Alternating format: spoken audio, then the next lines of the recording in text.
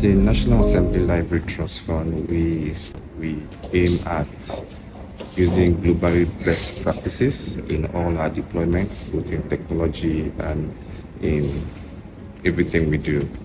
So this tour had really enlightened us, and it helped us to align every technology that we are deploying here at the library to make sure it's aligned with global best practices.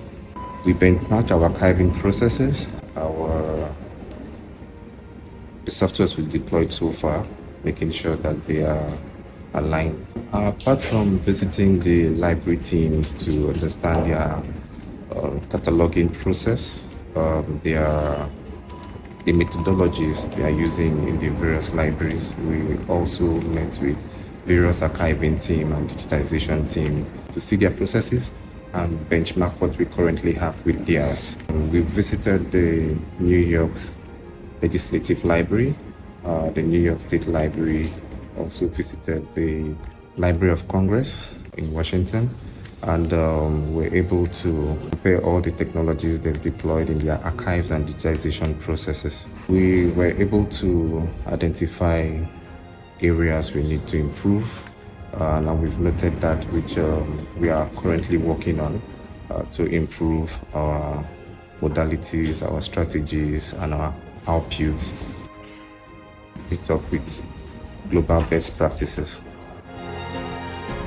What we went there to do was to, number one, network. The second thing, to look at where we can improve.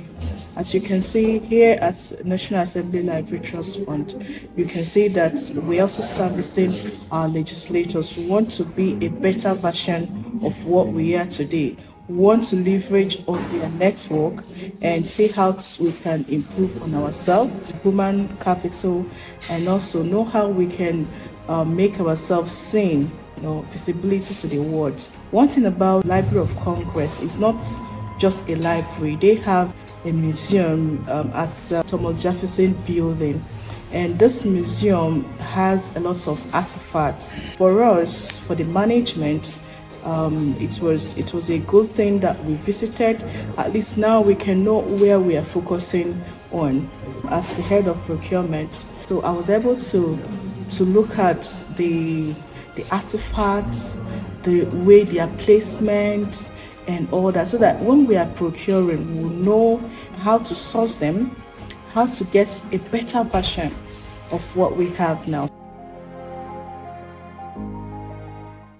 The visit actually was as a result of knowing most of the best practices in how actually they operate and how they are able to sustain their library and the system in general. Particularly, we had a very successful meeting with the General Consulate, the man in charge of the Nigeria House in New York. So what in that course of our meeting, we agreed that yes, if we can have an MOU with them and see how we can also deploy some of our materials, equipment, especially the digitalization, so that they have access to much information concerning our legislatures. And actually, it was a very good meeting. That having such an idea will actually help us to sell the National Assembly Library Trust Fund to the world.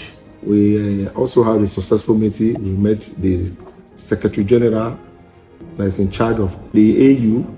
He also encouraged us and ensured that yes, if Nigeria as the giant of Africa, we can come with such an idea, that it will be also good that we see how we can also make it known to other Africa countries, so that we have the same perception and the same ideology towards having, a global library.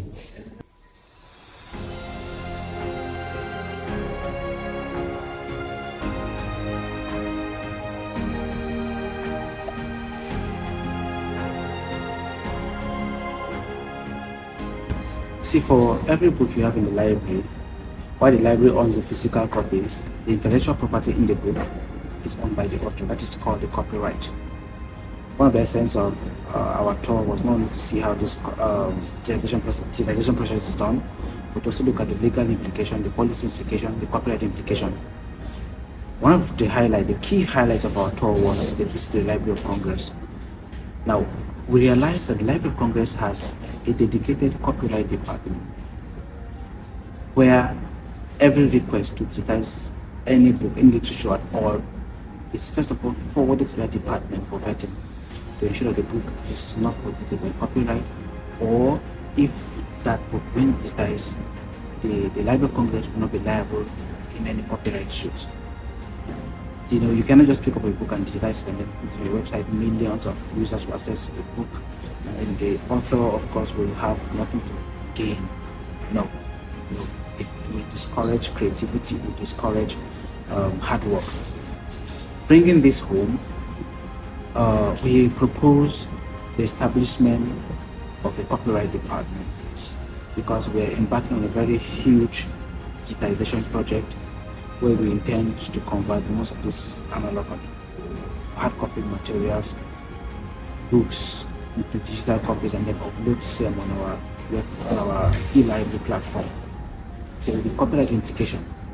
That is why we need to have a copyright department that will vet all materials that are to be digitized to ensure that there will be no copyright infringement. Talking about policies, the US Library of Congress have a structure. They have policies in place that allows you to use copyrighted materials within the precinct of the library.